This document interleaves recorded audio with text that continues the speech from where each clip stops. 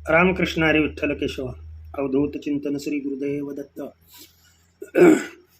बऱ्याच माझ्या माता भगिनींची किंवा मुलींची किंवा नातींची किंवा त्यांच्या सासवांची ही तक्रार आहे की सर, स्त्रियांना मुलं होण्यासाठी सजासजी काय करावं, किंवा लग्न होऊन 16 वर्ष झाली, 20 वर्ष झाली, 10 वर्ष झाली, तरीही घरामध्ये पाळणा हलना सर. भरपूर दवाखाने केले परंतु काही फरक पडत नाही. तर काय उपाय करावा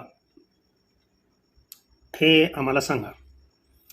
बऱ्याच जणांनी डायरेक्ट रिपोर्ट वगैरे पाठवले. तर बरं का, रिपोर्टची वगैरे मला आवश्यकता भासत नाही आहे. फक्त भगवंतावर श्रद्धा ठेवा, दत्तनामाचा जप करा. आलं का लक्षात? अतिशय बुद्धिमान हुशार अपत्य तुमच्या घरी जन्माला येईल, हे माझं दत्त गुरूंना साक्षी ठेवून अगदी वचन आहे. फक्त हा सांगतोय तो उपाय व्यवस्थितरित्या करणं आवश्यक आहे. यामध्ये 2-3 व्हिडिओ होणार आहेत. तर हा व्हिडिओ आहे मुलं होण्यासाठी स्त्रियांनी काय करावं, ज्या स्त्रीला मूल होत नाही त्या स्त्रीनं काय करावं, हा पहिला प्रश्न आहे. आणि त्याच्यासाठी हा आजचा व्हिडिओ आहे. मुलीमध्ये फॉल्ट असू द्या नसू द्या, तिनं हे सांगतोय ते उपचार तिनं जर केले तर जास्त काय नाही सांगत. मला दुसऱ्या महिन्यामध्ये तुम्हीच फोन करून सांगाल की सर यशस्वी झालो. परंतु मी ही ट्रीटमेंट गर्भ राहण्यापासून ते अप टू पर्च्युरेशन म्हणजे बाळांतपणापर्यंत तुमचा मुलगा सदृढ, मुलगी किंवा मुलगा, अपत्य कोणतंही सदृढ कसं जन्माला येईल हे मी सांगत असतो. तर मुख्य विषयाकडं वळतो मी. पहिल्यांदा, कधी जंताची गोळी घेतली नसेल तर पहिलं काम, पती पत्नी दाम्पत्याने पुरुषासाठी आणि स्त्रियांसाठी दोन्हीसाठी एकच जंताची गोळी घेऊन ती जंताची गोळी दोघांनी प्रथम खाणं हे फार महत्त्वाचं आहे. सगळ्यात महत्त्वाची गोष्ट ही आहे. पहिली स्टेज ही आहे. त्यानंतर दुसरी स्टेज काय आहे ती पहा. 1-2 दिवस गेल्यानंतर, जंताची गोळी खाऊन 2 दिवस गेल्यानंतर आता फक्त हे स्त्रीनं करायचं आहे. 7 दिवस पाळी असू द्या नसू द्या, पाळीच्या वेळेला 5 दिवस करायचं आहे. पण इतर वेळेस जर आता तुमचा पिरियड नसेल किंवा प्रेग्नन्सीची लक्षणं तुम्हाला नसतील तर 7 दिवस रात्री चमचाभर जिरे, लक्षात ठेवा, पाण्यामध्ये भिजत घालायचे. पाणी थोडंसं कोमट असावं. कोमट पाण्यामध्ये भिजत घालायचे, त्याच्यावरनं झाकण ठेवायचं. ओम श्री गुरुदेव दत्त म्हणायचं. हे प्रयोग करत असतात. तुम्ही काय खाता याला महत्त्व नाही आहे. हा सांगतोय तेवढा जप करून हे साधारण किती वेळ भिजलं पाहिजे नाही, तर हे 1 चमचा सायंकाळी 6ला भिजत घातलं तुम्ही की दुसऱ्या दिवशी सकाळी 6ला म्हणजे 12 तास बरोबर भिजलं पाहिजे आहे. आणि सकाळी उठल्या उठल्या स्नान वगैरे करून, लक्षात ठेवा, भगवंताच्या पाया पडून त्याच्यामध्ये थोडीशी खडीसाखर मिसळायची. त्या भिजलेल्या जिऱ्यामध्ये त्या पाण्यामध्ये थोडीशीच खडीसाखर मिसळायची. आणि हे पाणी अवधूत चिंतन श्री गुरुदेव दत्त एवढं म्हणायचं. आणि ते सर्व पाणी सकाळी सकाळी खडीसाखर टाकून थोडीशी जिऱ्यासह, जिरे जे आहेत ते चावून खा किंवा गाळून पाणी एकीकडे काढा, ते जिरे चावून खा. आणि नंतर ते पाणी फेकून द्यायचं नाही, तेच पाणी प्यायचं. असं किती दिवस करायचं म्हणून सांगितलं तर 7 दिवस करायचं. आता यापूर्वी, हा प्रयोग करण्यापूर्वी डॉक्टरांकडे जाऊन थायरॉइड डिसऑर्डर, इथे थायरॉइड ग्लँड असते, आहे का तेवढं चेक करून यायचं. तो रिपोर्ट निगेटिव्ह आला पाहिजे तर आपण हे सर्व करतोय ते उपयोगी आहे. नाहीतर मी थायरॉईडचा दुसरा व्हिडिओ दिलेला आहे, तो व्हिडिओ तुम्ही पहा. आता हे 7 दिवस करायचं आणि मासिक पाळी आल्यानंतर लक्षात ठेवा, मासिक पाळीच्या पहिल्या दिवसापासून ते 5 दिवस, लक्षात आलं का तुमच्या? पहिल्या दिवसापासून ते वळीनं 5 दिवस, म्हणजे तुम्हाला प्रयोग करावा लागणार आहे 4 दिवस. ज्या दिवशी तुम्हाला मासिक पाळी येईल त्या रात्री तुम्ही हे भिजत घालणार आहे. म्हणजे दुसरा दिवस, तिसरा दिवस, चौथा दिवस आणि 5वा दिवस, 4च दिवस करावे लागणार आहे. हे करणं फार महत्त्वाचं आहे. म्हणजे 5व्या दिवशी हे पूर्ण प्रयोग, म्हणजे आत्ताचा सांगितलेला जिऱ्याचाच प्रयोग 5 दिवस करायचा आहे. नामस्मरण करायला लक्षात ठेवा, ह्या तुमच्या गैरसमजुती आहेत की विटाळ वगैरे नामस्मरण करायला सर्व चालत असतं. त्या काही गैरसमजुती आहेत, त्या गैरसमजुती तुमच्या दूर करा. ह्याला प्रमाण वगैरे सांगत मी बसत नाही, परंतु जे सत्य आहे ते मी सांगतोय. आता 5 दिवसापर्यंत हे झाल्यानंतर 6व्या दिवशी काय करायचं?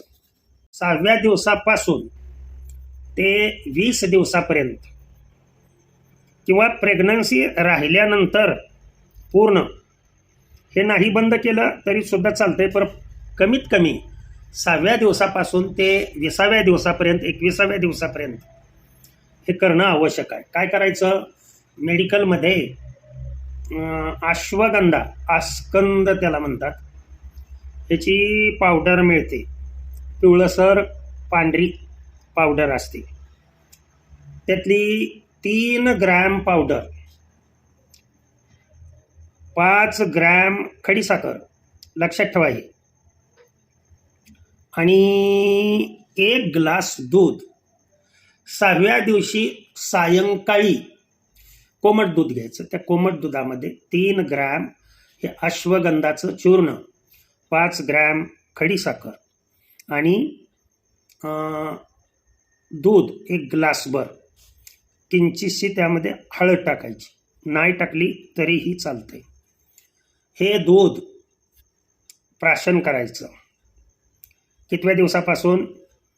6वा, 7वा, 8वा, 9वा, 10वा, 11वा, 12वा, 13वा, 14वा, 15वा, 16वा, 17वा, 18वा, 19वा, 20वा आणि 21वा, 21 दिवसापर्यंत हे दररोज सायंकाळी प्राशन करायचं. आता ते जिऱ्याचं तर मी 5व्या दिवशीच बंद केलेलं आहे. आता या वेळेला दोघांनी एकत्रित यायचं नाही.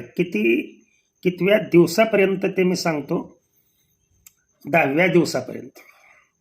नीट लक्ष द्या. आता पुढं 10वा, 11वा, 12वा, 13वा, 14वा, 15वा, 16वा आणि 17वा दिवस, म्हणजे 8 दिवस, कमीत कमी 7 दिवस. 10व्या दिवशीपासून ते 16व्या दिवसापर्यंत या कालावधीमध्ये दररोज सकाळी, आता सायंकाळी तर सांगितलंय मी, ते अश्वगंधाचं चूर्ण सांगितलंय. दररोज सकाळी काय करायचं? वडाचं झाड असतं बघा, आणि वडाच्या झाडाला जस्ट पालवी फुटलेली असते. कुठल्याही वडाच्या झाडाला, म्हणजे नवीन पानं जिथं आलेली असतात, आणि त्या पालवी फुटलेल्याच्या पुढच्या बाजूला अंकुर असतो टोकाला. नीट लक्ष द्या मी काय म्हणतो. टोकाला, त्या फांदीच्या टोकाला जिथं नवीन पालवी फुटते ना, ब्रँचला, फांदीला, त्या टोकाला अंकुर असतो. ते 3 फांद्याचे 3 अंकुर पुढचे, ते 3 अंकुर तेवढेच असे कापून आणायचे. ह्या गोष्टी लक्षात ठेवायचे.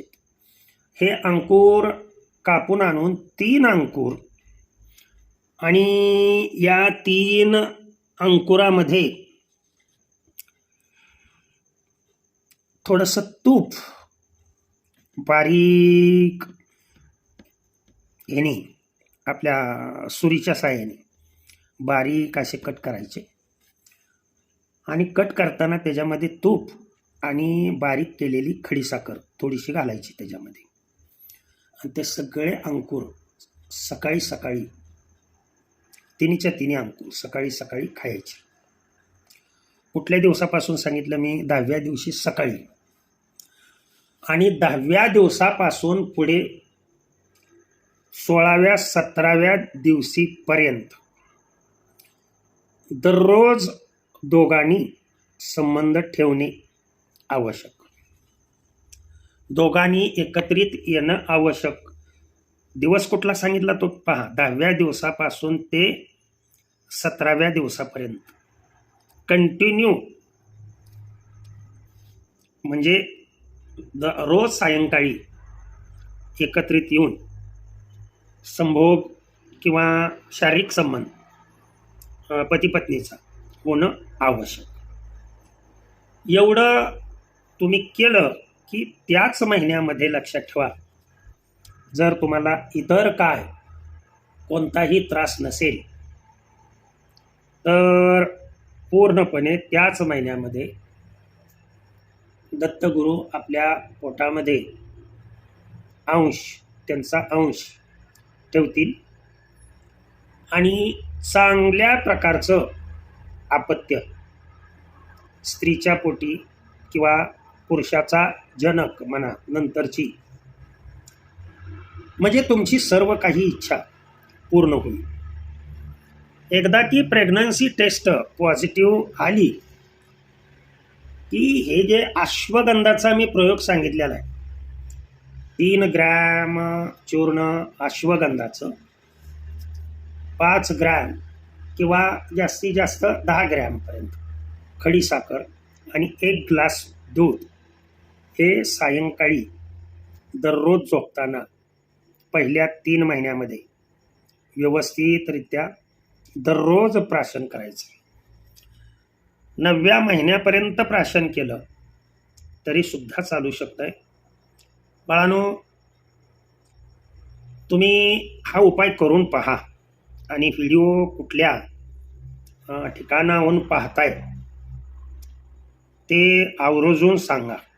आलं का लक्षात? निश्चितच मी माझ्या अनुभवातून सांगतो, खात्रीनं दत्तगुरू हे तुमच्या पोटी संतान देतील. मात्र कमेंट्स करून सांगा की सर आणि या गावातून व्हिडिओ पाहतोय म्हणून.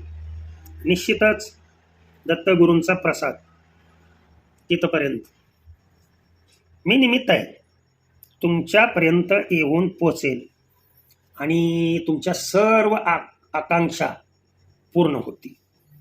आता या व्हिडिओमध्ये मी स्त्रीसाठी काय करायचं ते मी सांगितलं. पुरुषांनी काय करायचं ते पुढच्या व्हिडिओमध्ये मी सांगतोय. मूल होण्यासाठी पुरुषांनी काय करावं, त्यांच्यामध्ये असणारे दोष कसे टाळावेत. तर ही झालेली सेवा दत्तगुरूंच्या चरणी, माझ्या पांडुरंगाच्या चरणी अर्पण करतो आणि सेवेला पूर्णविराम देतो. पुंडलिक वरदार विठ्ठल श्री ज्ञानदेव तुकाराम. विठ्ठल विठ्ठल विठ्ठल विठ्ठल विठ्ठल विठ्ठल.